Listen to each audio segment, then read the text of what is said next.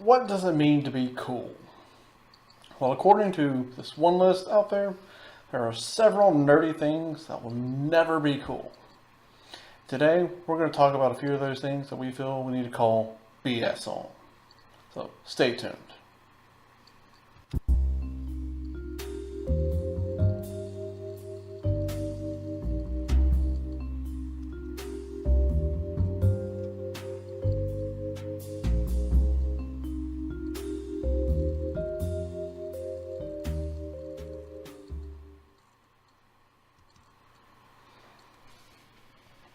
So, Adam, Yeah. what does being cool mean to you? What does it mean to me? Well, when I think cool, I think Joe Cool. You know, sitting outside in his leather jacket and his shades, watching all the girls go by. You know, being smooth and sophisticated and Wasn't Joe Cool the camel? no, Snoopy. Oh, that one. That Joe Cool. Yeah. That's what I think. Why?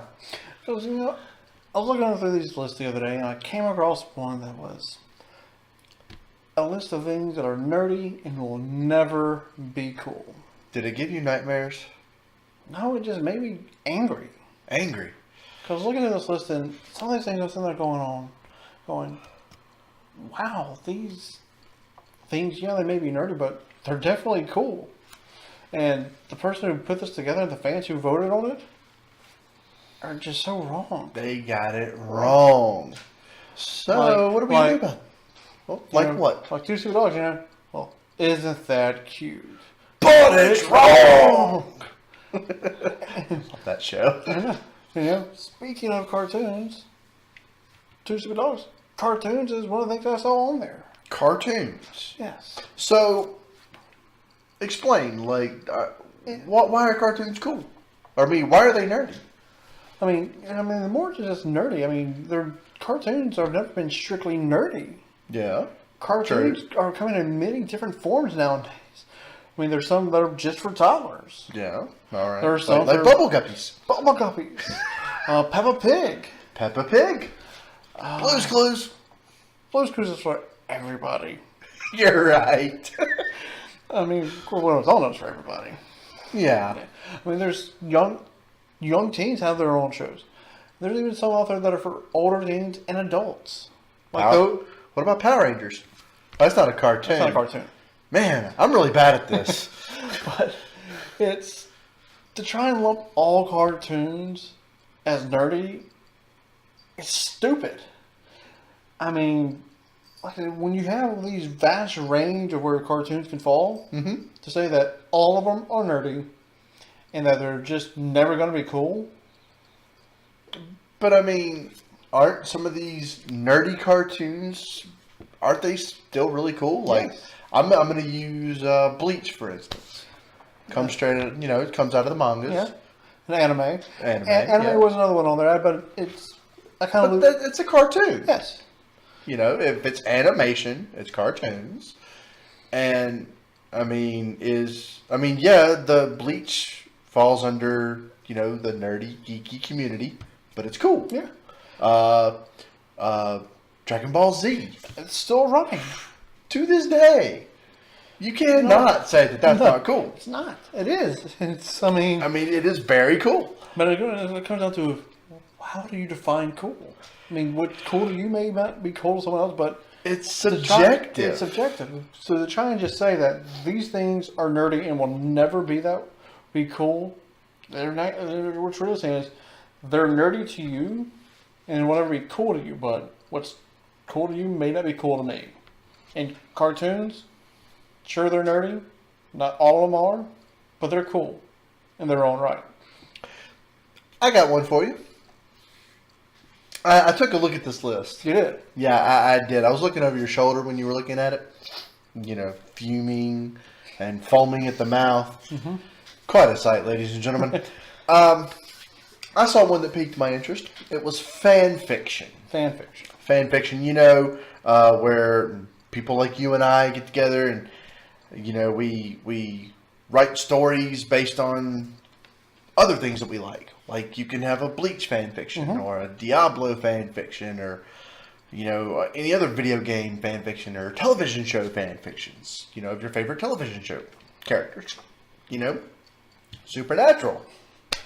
You know, tons of fan fictions out there. I mean, Supernatural itself has one episode dedicated to fan fiction in itself of, because in the show there's books being written.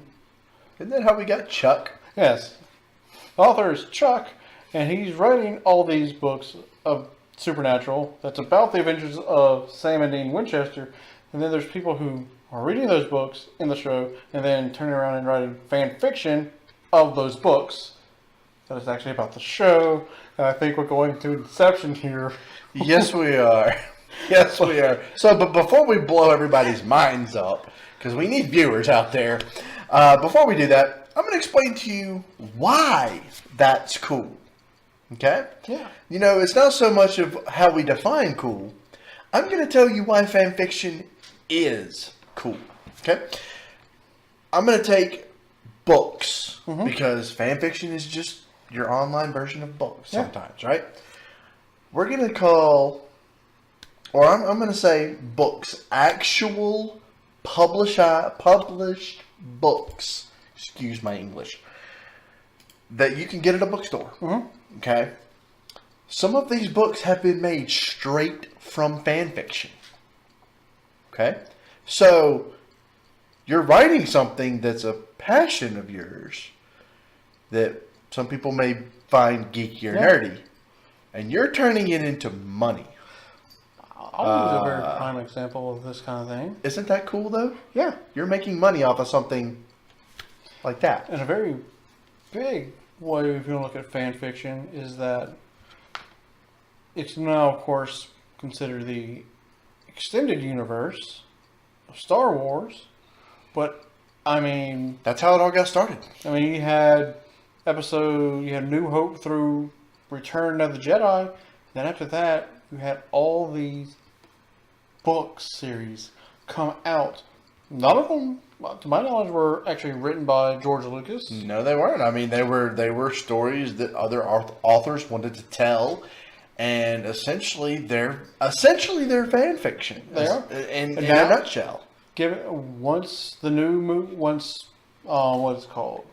Force Awakens. Came out, all those, once Disney bought up Lucasfilms and Star Wars, they wanted to make their own stuff. So all those books got moved into what they call the extended universe. The Legends, actually. Legends universe.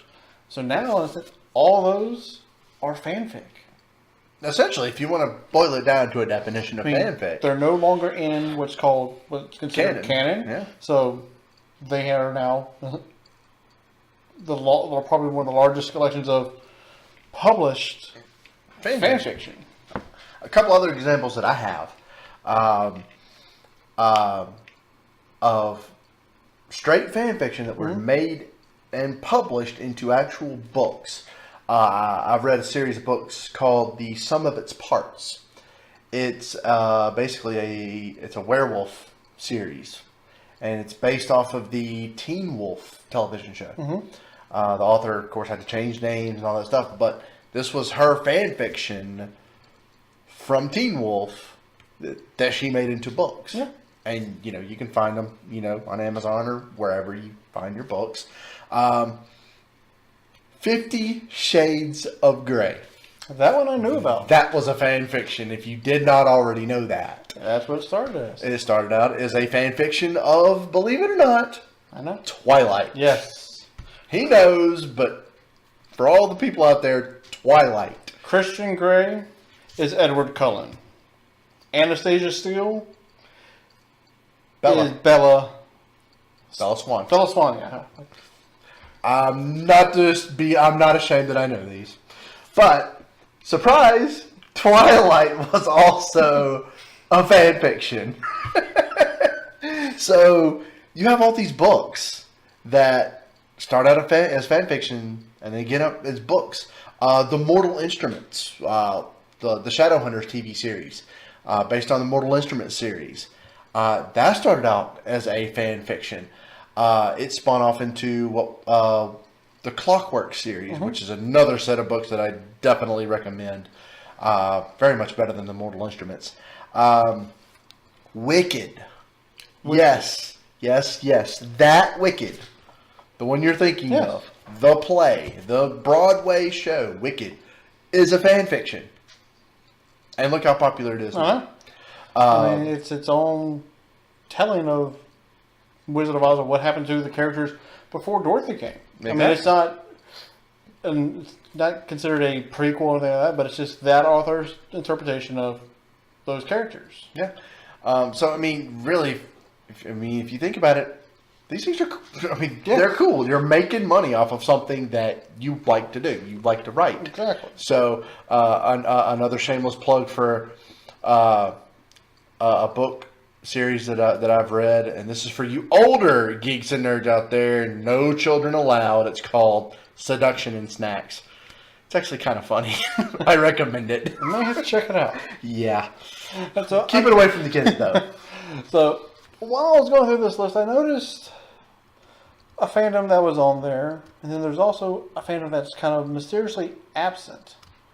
Well, Star Trek is on this list, but Star Wars isn't.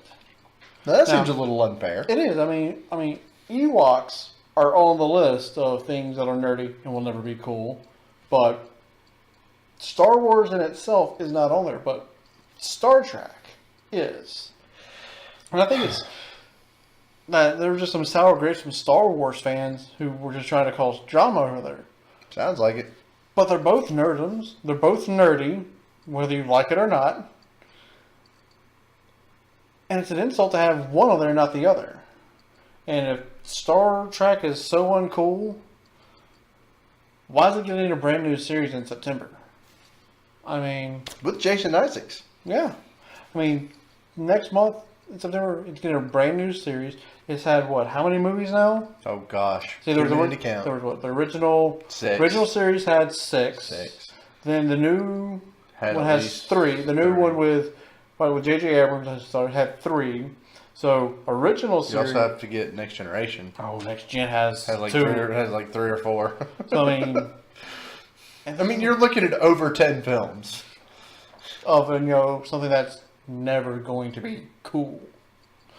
It's just... And I know a friend of ours from Terror Test who prefers Star Trek over Star Wars. Who? Lena.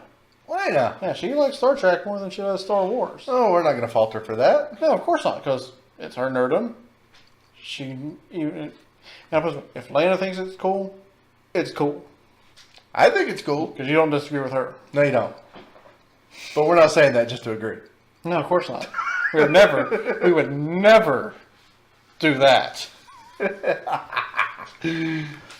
Let's see. I got another one for you. All right. This one really is considered geeky and nerdy. I've actually never participated in this, but we know someone who has. We do.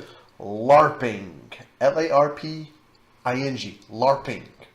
Live action role playing. Lone Jobber, this is for you. El Presidente. El Presidente. Also known as Travis. Travis. Our buddy Travis up in Washington.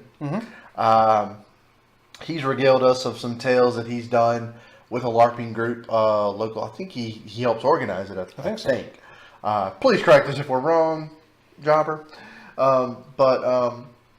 It's basically just a group of people that get together, and it's basically a way to socialize. If you think about it, what's wrong with socializing? Nothing at all. Whether you do it in a make believe setting or or whether you're going to dinner with friends, it's still socializing. Of course, you look at it, it's a group of people getting dressed up in costumes and doing something they love. Now, a lot of people give crap to people for. We talked about it on we're going to talk about it on one of our episodes of tabletop gaming. Okay. D&D. Yeah. People get a lot of crap for that. They do get a lot of crap for playing Dungeons and Dragons. But then there's, this other group, the cool kids who will look at statistics of their favorite sports athletes and get in something called Fantasy sports. fantasy sports. And it's the same thing there. And they'll go out and they'll dress up and they'll go out and do what they love and get together with groups of people and play flag football. Pick up games of basketball. And It's really no different. it's the same thing. They're getting together a group of friends and doing something you love. You can't knock that. No. That's always cool no matter what. Speaking... Oh, no, I'm going to let you go next. Okay. I'm going to let you go next. I want to discuss a industry that is just steadily on the rise. Okay. And it's something I've just recently started doing over the past couple of years. I know you got some at your place, and I know a few of our other friends got some too. Comic books. Comic book books. collecting. And comic. Hang on. I'm sorry to interrupt, but I'm going to do a shameless plug. Yeah. We have a video out there on the Opinionated Geek Network. It was done with our friend Timmy B. In fact, it was about San Diego Comic-Con. Yeah. We talked about comics. Yeah. Check it out. We have a lot of good recommendations for you out there. Sorry, shameless plug over. Don't worry. Again, this list had comic books, comic collecting, as something that is nerdy and will never be cool. Now tell me, does a little over $1 billion industry sound something that's going to be uncool? No. No, that's right. No. Comic book sales in 2016, print and digital, was over $1 billion in sales. It's actually up 5% from last year. Wow. Comic book shops alone brought in $570 million. That's physical comic book stores where you go and buy a physical copy. Not talking about just digital. Digital, let me pull up that website again. Let me just see what digital did. Just so I can have those numbers. Digital downloads was 90 million last year. Compared to how much for physical stores? 570 million? That's what? That's about 500 million more. Yeah. Give or take. You would think digital would be more. Yeah. But I mean, digital's been on the rise. I mean, digital's only been around since, or have the chance to do digital since about 2011, and it's just been steadily increasing. So I have those numbers here for digital. Let's see where to go. Digital in 2011 was at only 715 million. Mm-hmm. Again, only 715 million. I don't know. That was not digital. That's overall. That's overall. Yeah. Digital was 25 million. Still, And then that's enough to live on. And then in 2016, it had increased up to 90 million. I mean, that's a steady little increase there. But I mean, and it's still just still going up. Going up. I mean, it's an industry that, I mean, it's been around for a while, since, well before we were born. Oh, and another thing is those numbers I got from Comicron.com, and those are only in North America. Oh, wow. That's not including anything else in the world. Exactly. So a little over $1 billion in just North America. In just North America. And comic book collecting, is worldwide. Uncool, apparently. Check your closets if you collect them. You may have a treasure trove of comics out there. Yeah. I mean, it's unfathomable. But we also, like I said, we have some good comic recommendations. Check out our video, and they'll link below. And we'll link it below in the description. So check that out. But something is bothering me. What's that? You mentioned Dungeons and Dragons. Yeah. I was looking at the list, like I said, over your shoulder, and playing Dungeons and Dragons was on this list. They think it's never going to be cool. Let me tell you and you why I think this is wrong. Let me tell you why it's cool. Dungeons and Dragons allows imagination. It's the theater of the mind. You create a character, Yeah. you create the character's story, and you play as your character. All through the power of imagination. Tell me what's wrong with that. You can write comic books based off this stuff. You know? You can write books based on this stuff. Just out of your own imagination. You know, be the author of your character story. Again, it can lead to stuff like books, comic books, you know, which will make you money. You know, if it's a passion, and if it's, you know, a big enough passion for you, you can do these things. Yeah. You know, Dungeons and Dragons, I think, also provides analytical thinking. And to use, you know, smaller words, basically finding your ways through an obstacle. Yeah. You know, a dungeon master or a game master presents a group of characters with a problem. You have to figure out how to get past this problem. How are you going to do it? You know, it makes you think. Yeah. You know, it makes you think outside the box, which is never a bad thing. Not at all. You know, speaking of Dungeons and Dragons, I'm going to make another shameless plug. Go for it. We have another show that's going to be on the Opinionated Geeks Network here on YouTube. It's going to be called D4D. D20 for Dummies. Yep. We've actually filmed a couple of things already. He's in it. I play a scoundrel. Yeah. We played the Star Wars D20 RPG, and I take a band of lovable idiots, as I like to refer to them. Most of the nobles, the idiot. And we go on a Star Wars adventure. And we're going to have that for you right here on the Opinionated Geeks Network. And we'll let you know whenever we have it. Should be coming soon. But, I'm just all about shameless plugs tonight. So, anyway, enough about me and Dungeons and Dragons. I don't want to get too much on a soapbox. So, take this next one, please. All right, so there's another one I was looking at. And Doctor Who. Doctor Who. Yes. Okay. Doctor Who, yes. It is, I will fully admit, yes, Doctor Who is nerdy. It's probably always been nerdy. It's science fiction for crying out loud. Will always be nerdy, but it's also cool.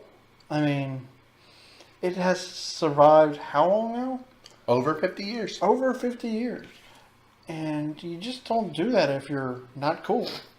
I mean, it went off TV, but it survived in audiobooks and novels. Lots of them. And those audio novels, those are spectacular. Yeah. You get characters that you haven't seen in a long time, and you know, are one of our favorite lovable companions, Jack Harkness, played by John Barrowman. Less sexy. He's in a lot of these audio novels, and they're just fantastic. But I mean, it's just, shows like that, getting mainstream attention. Yeah. I mean, just recently, Doctor Who was all up in the news when it cast Jodie Whittaker as the 13th Doctor. A female. The 13th first Doctor. female to take the role of the Doctor. I mean, it made waves. Mainstream media. And, things that are apparently, things that are uncool shouldn't be able to do that. But Doctor Who did. Very much did. So, a passion of mine is conventions, right? Always. Well, our favorite convention, which, I think we can tell them now. DragonCon. DragonCon in Atlanta, Georgia. Every Labor Day weekend. We always recommend it. We'll get into that later in a different episode. But there's something that they do at DragonCon every year, and it's really cool. That is on this list. Puppetry. Like hand puppets. Yeah. That's on this list. I saw it. So, again, I'm going to tell you why it is cool. Because, I mean, that's what this is all about. So, Yeah. not only is puppetry a Boy Scout merit badge. Okay, don't knock the Boy Scouts. You know, they teach you life skills. And apparently puppetry is one of those. I'm not going to knock it. No. You know, you can get a lot of creativity out of puppetry. It's a little bit of craftsmanship. I mean, Jim Henson had a whole freaking career out of it. Jim Henson, And ladies then- and gentlemen, puppetry, the Muppets. There's the Jim Henson Studio. Muppets? Sesame Street. Wouldn't be here if it wasn't for Jim Henson. Puppetry. Because isn't that part of Yeah. the... I mean, By the way, I've met Jim Henson's son. awesome. He's a really great guy. At DragonCon. And Jim Shameless Henson, plug. you know, is a fellow Mississippian. Yes. Yes, he is. I mean, you wouldn't have all of these great, wonderful things without Jim Henson and his puppetry. There's a thing at DragonCon, like I was mentioning, that they do. It's called Sci-Fi Janitors. If you've never, ever heard of this, it's amazing.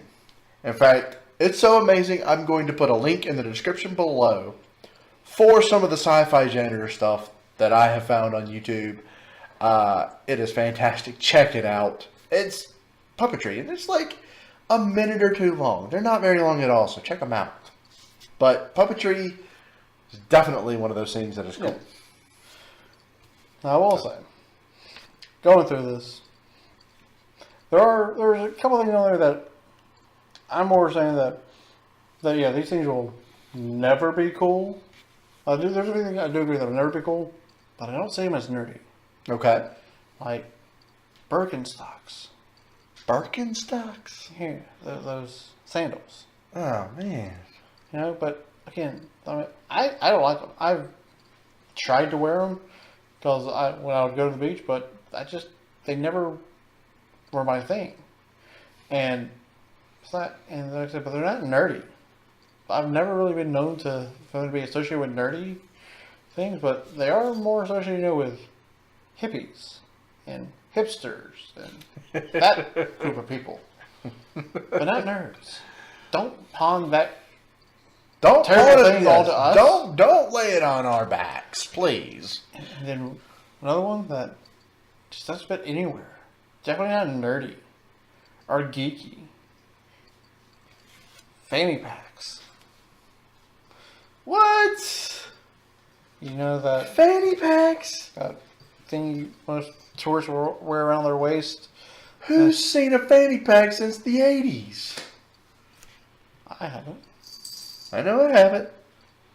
Man. I mean, they're more associated with tourists and out of touch dads trying to be cool. Especially the out of touch dads. I mean, just look at all 90s television shows where the dad's trying to be cool. He's wearing a fanny pack. Oh, man. About the only person who survived wearing a fanny pack and is now really cool. Who? There is photographic evidence of this person wearing a fanny pack, and he's now one person you don't want to mess with. Wait a minute. I think I know who you're talking about. I think I smell what you're cooking. You do? I think I do. That's right. Dwayne "The Rock" Johnson. I mean, yeah, the picture he gets picked on for that picture of the fanny pack, but He recreated he it. recreated himself, and now you don't talk bad about him. No, you don't. But yeah, but the fanny pack, like I said, it's not nerdy, it's not geeky. Don't give that on. Don't give that to But us. don't put it on us. But it will never be cool. It never was cool. No, it wasn't. I'm going to stop you right there, so you don't get a little more heated on this. Okay? I'm going to take the pressure off your shoulders. All right. I'm going to move on to something else that I saw that's on the list. All right. Cosplaying. Do you know what that is? It's almost like warping. Almost like LARPing. It's basically costuming. It's a fancy word for costuming. Yeah. You know, you find an anime character that you like, you dress up as this character. You find your favorite Star Trek character, you dress up in their uniforms. You know, you're the red shirt. Why would I want to be a red shirt? Because I don't want you to come back. I'm just Jerk. kidding. I'm just kidding. But it's costuming. And how can you say this is not cool? I mean, How? There's a whole freaking holiday dedicated to it. There is. Halloween. Wow. What do you think? I didn't even think of that. I mean, well, I think some people may look at it and go, well, people who cosplay, they're just always in it. No. People who cosplay are not going to always be in that costume. Unless you're going to conventions every weekend. Yes. Some people do. Some people do that. I'm not going to knock that, but... But it's... No, I mean, they're dressing up when they're going to these events. Or when they're maybe going out, as I said, LARPing. Halloween. I mean, if you're going to not cosplaying, stay at home on Halloween. Don't go to any Halloween parties. And don't give the candy to the kids. Or if they come through your door, don't be dressed up. Because cosplaying's uncool. Yeah. And if you're going to knock it, can't dress up on Halloween anymore. Yeah. We revoke your privileges. Yep. So, I think, when I think cosplaying, it's a craft. Yes. And not everybody is creatively inclined like that. No. I cannot make costumes. I can't sew. I can't do any of that. No, we're not. You know, I admire people with that kind of skill. One of the people I follow, her name is Meow Misti Dawn. Amazing cosplayer. She creates most everything she does. She makes it herself. I'll tell you what. I'll leave a link in the description for her site.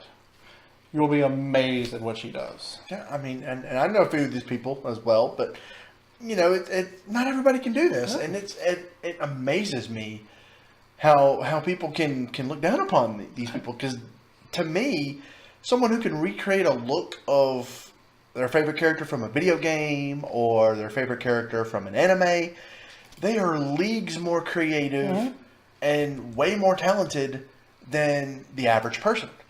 You know, they're way more creative than I am. You know, I can't do these things. You know, these types of people that can create their own cosplays from scratch, these are the kinds of people that get hired as costume designers on Hollywood movies. Yep. How is that not cool? Really? They're the ones that get hired for these kind of jobs. They're the ones who get reached out to. Yeah. So how is this not cool? I don't understand. Because, I mean, if I had the chance to work in a Hollywood movie, I would. Wouldn't you? Always. There'd be no doubt. End of discussion. Do you have any others? Not that I can think of, but if you give me one, I'm going to try to talk about this, but that's... Well, while you're doing that, I got a couple more. Go for it. If you don't mind hearing me talk. Going back to what you said earlier about collecting comic books. Yeah. You know, I think collecting comic books, it allows someone an outlet to read. You know, to escape to another, you know, reality. Right? And, you know, when you read these comic books, you can become knowledgeable about these characters that you enjoy reading about. And these types of things, when you become knowledgeable about characters that you're reading about in these comic books, do you know what those kinds of things can lead to? What's that? Say Ryan Reynolds doing Deadpool. Really? Really? Why do you think it's the highest grossing rated R movie ever? Very true. Because Ryan Reynolds knows Deadpool like no other. Exactly. I mean, he has been... Once Wolverine Origins came out, and the talks began of there being a possible Deadpool spinoff of it, he lobbied for that for years. Years. And it's just one of those passion projects of his because it's his favorite Marvel character. Yep. You know, he, again, is probably more knowledgeable about Deadpool than anyone else that made the movies. Aside from Rob Liefeld, you know, the guy who created Deadpool. Yeah.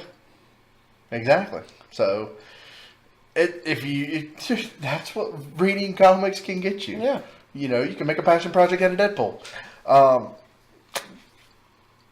Going a little differently, the last thing that I have, that I saw on the list was creating maps of fictional places.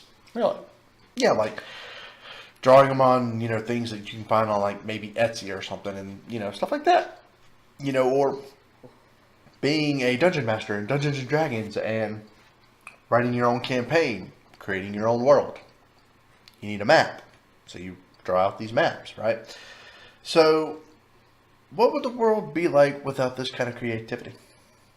A sad, lonely place. I tend to agree with you. Like I said, Dungeons and Dragons, which is apparently not cool. No. Yeah, right. Those game masters, they can create a whole world of possibilities with just a fictional map. They create a fictitious map and adventures spawn out of this map. Again, it's all in the imagination. And going back to my question that I just, gave to you, without a couple of certain fictitious maps, where would the majority of the fantasy adventure genre have come from? I'm talking about Lord of the Rings and Narnia. We wouldn't have it. J.R.R. Tolkien and C.S. Lewis. Where would the fantasy adventure genre be without those two wonderful masterpieces and their fictitious worlds? Non-existent. Just about. I mean, how is that not cool? Yeah, like I said, cool is objective. It is, and What he may find cool, I may not. it's one of those things that you really can't. We really should stop putting a label on that because we've just gone through this list and we've told you the benefits of these things. Yes. All these things, while they may be nerdy, they're also beneficial to everyone in the community. Yeah. Whatever community you're a part of. So I think we should just stop labeling things as cool. Yeah. Is that it? I think so, my friend. Okay, well, what do we do now? I think we wrap this up. Okay. As we always say, thanks for commenting, and subscribing to our YouTube channel. If you haven't yet, click the big red button that says subscribe, and click the bell next to it to get notified every time we post new content, be it Online Outcasts or Opinionated Geek content. Then go follow us all over on Facebook at facebook.com/opinionatedgeeks. And follow us on Twitter at 3opgeeks. That's the number 3 OP Geeks on Twitter. Follow us. I'm going to plug it again. I'm sorry. But also in the description below, we're also, for you podcasters out there, we're going to have an RSS feed link for all of you to copy and paste into your feeders. And when you do that, you will also be notified every time we have new content on this channel, so you can listen to it and enjoy it and watch it, on the go. Awesome. Yeah. We're making it accessible for everybody. That's what you gotta do. That's right. Until next time, say goodnight, Adam. Good night, Adam.